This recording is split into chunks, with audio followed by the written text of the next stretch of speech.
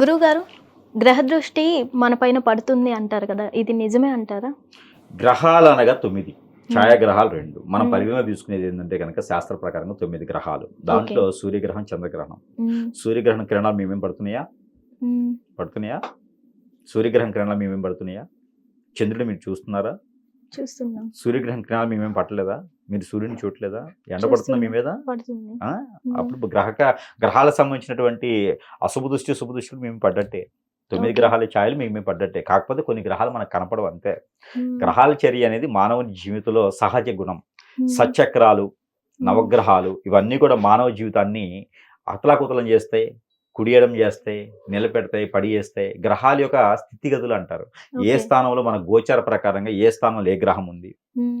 మన యొక్క దశాంత దశలు ఏంటి, నక్షత్రం ఏంటి, గోచార ప్రకారంగా ఏ గ్రహం ఏ స్థానంలో ఉంటే మనకి ఏం జరుగుతుంది అనేది మనకి పుట్టుకగానే మాకు జాతక పట్టిక అనేది ఒకటి ఉంటుంది. అంటే పెళ్ళప్పుడు నిజంగా గ్రహ దృష్టి ప్రకారం జాతకం కూడా మారుతుందంటారా? ఖచ్చితంగా. ఇప్పుడు ఓకే. గ్రహాలు మార్పిడి వలన మనలో ఎన్నెన్నో కార్యక్రమాలు అవుతూ ఉంటాయి. ఏవేవో కార్యక్రమాలు చేస్తూ ఉంటాం. పుట్టగానే హ్మ్. చెప్పేస్తారు మీరు కలెక్టర్ అవుతారండి.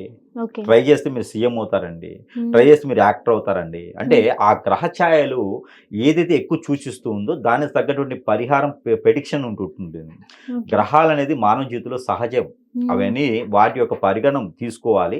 ఆ హ్మ్. నవగ్రహాలు తిరుగుతూ ఉంటే మన జాతకంలో కూడా ఈ ఒక్కొక్క సమయంలో ఒక్కొక్కటి అవుతూ ఉంటది. హ్మ్. కాబట్టి పుట్టిన తర్వాత నుంచి మరణించే వరకు కూడా గ్రహాల యొక్క స్థితిగతుల మీదే మనం ఉంటాం.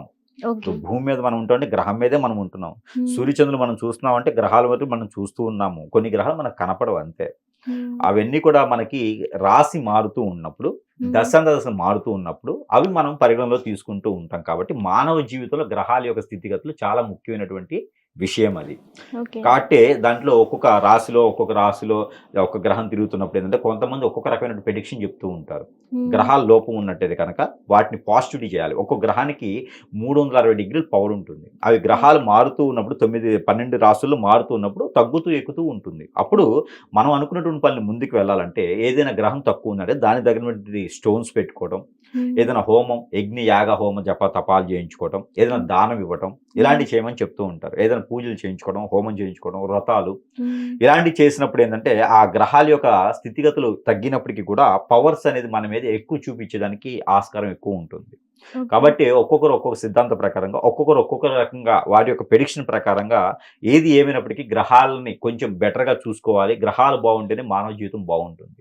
ఓకే. కాబట్టి సూర్యుడు మన దాంట్లో చాలా ఉచ్చంలో ఉన్నాడనుకోండి, హ్మ్. గవర్నమెంట్ జాబ్ వస్తుందని చెప్తాను. శుక్రుడు మన దాంట్లో ఉచ్చంలో ఉంటే మంచి భార్య వస్తుంది. నిన్ను ఎక్కువగా లైక్ చేస్తూ ఉంటారు. ఓకే. ఆస్తులు, అంతస్తులు బాగా వస్తాయి. నువ్వు బాగా కూర్చుని దగ్గర డబ్బు సంపాదిస్తావు అని చెప్తూ. బుధుడు ఉంటే నువ్వు రైతుగా బాగుంటావు. హ్మ్. అలానే వ్యాపారం చేస్తావు. హ్మ్. భూమి మీద వ్యాపారం చేస్తావు. రియల్ ఎస్టేట్ లాంటివి బాగుంటది. అలానే పంట భూములు పండించుకునేది చాలా బావుంటుంది. మోసపోతావు నువ్వైతే చూసుకోవాలి ఒకసారి అని చెప్తారు. అలానే ఓకే. గురువు బాగుంది అనుకోండి ఒకటి. శుక్రుడు బాగుందంటే ఒకటి. అలాగే ఒక్కో గ్రహానికి సంబంధించినటువంటి ఉచ్చారణ బట్టి, వాటి యొక్క పవర్స్‌ని బట్టి మానవ జీవితం ఆధారపడి ఉంటుంది. అంటే మనం చేసుకున్నదే కదా మన లైఫ్ అనేది. మన లైఫ్ దీంట్లో మనం గ్రహ చేసుకున్నాక దృష్టి కలిసి రావాలి కదా! ఏముంటుంది? ఇప్పుడు మీరు ఒక వ్యాపారం పెడతారు. దాని హ్మ్. గురించి మీకు అవగాహన లేకుండా కలిసి రాదుగా. హ్మ్. దాని గురించి అవగాహన ఉంటుంది, అన్నీ ఉంటుంది. జాతకం అనేది ఒకటి మీ గ్రహాలు సానుకూలంగా లేకపోతే కలిసి రాదు. ఓకే. ఖచ్చితంగా లాస్ అయిపోతారు. మీ గ్రహాల సానుకూలం బాగుంటేనే అది హ్మ్. కలిసొస్తుంది. హ్మ్. ఎందుకు ప్రపంచంలో ఇన్ని కోట్ల మంది ఉండగా ఒకళ్ళే పీఎం అవుతారు, ఒకళ్ళే సీఎం అవుతారంటే? హ్మ్. వాళ్ళ గ్రహచిత్య వాళ్ళ పుట్టుకతోనే రాసి ఉంటుంది. ఖచ్చితంగా ఓకే. వీరవుతారు అని. హ్మ్. అలాంటి సీఎం, పీఎం కూడా ఒక్కోసారి ఇబ్బందులు పడుతూనే ఉంటారు. ఎందుకు అంటే అక్కడ గ్రహస్థితి బాగలేదు అని అర్థం. ఓకే. గ్రహాల యొక్క స్థితిగతులు బట్టి మానవ జీవితం పరిగణలోకి తీసుకోవాలి. ఆ గ్రహాల యొక్క స్థితిగతులు బాగలేవంటే హ్మ్. దానికి సంబంధించినటువంటి పరిహారం అయితే ఖచ్చితంగా చేయాల్సొస్తుంది. కాబట్టి మానవ జీవితం మొత్తం కూడా గ్రహాలతో కూడినటువంటి జాతకమే ఉంటుంది. అంటే కొంతమంది లెక్క చేయరు కదా! మనం కష్టపడితే ఏదైనా మనం అయితాం. ఈ గ్రహాలదేముంది అనుకుంటారు కదా! అది మూర్ఖత్వం, మొండితత్వం. ఓకే. అంతకుమించి ఏం లేదు. హ్మ్. కాబట్టి గ్రహాలు లేకుండా మనం ఎక్కడి నుంచి వచ్చాం. గాలి ఉంది. హ్మ్. ఇప్పుడు గాలి పీల్చుకుంటేనే గదా! అవును. అంతే. ఏదైనా సరే గ్రహాలనేది ఖచ్చితంగా ఉన్నాయి. ఆ గ్రహాలు బాలేకపోతే ఎక్కడైనా పూజలు చేయించుకోవచ్చు.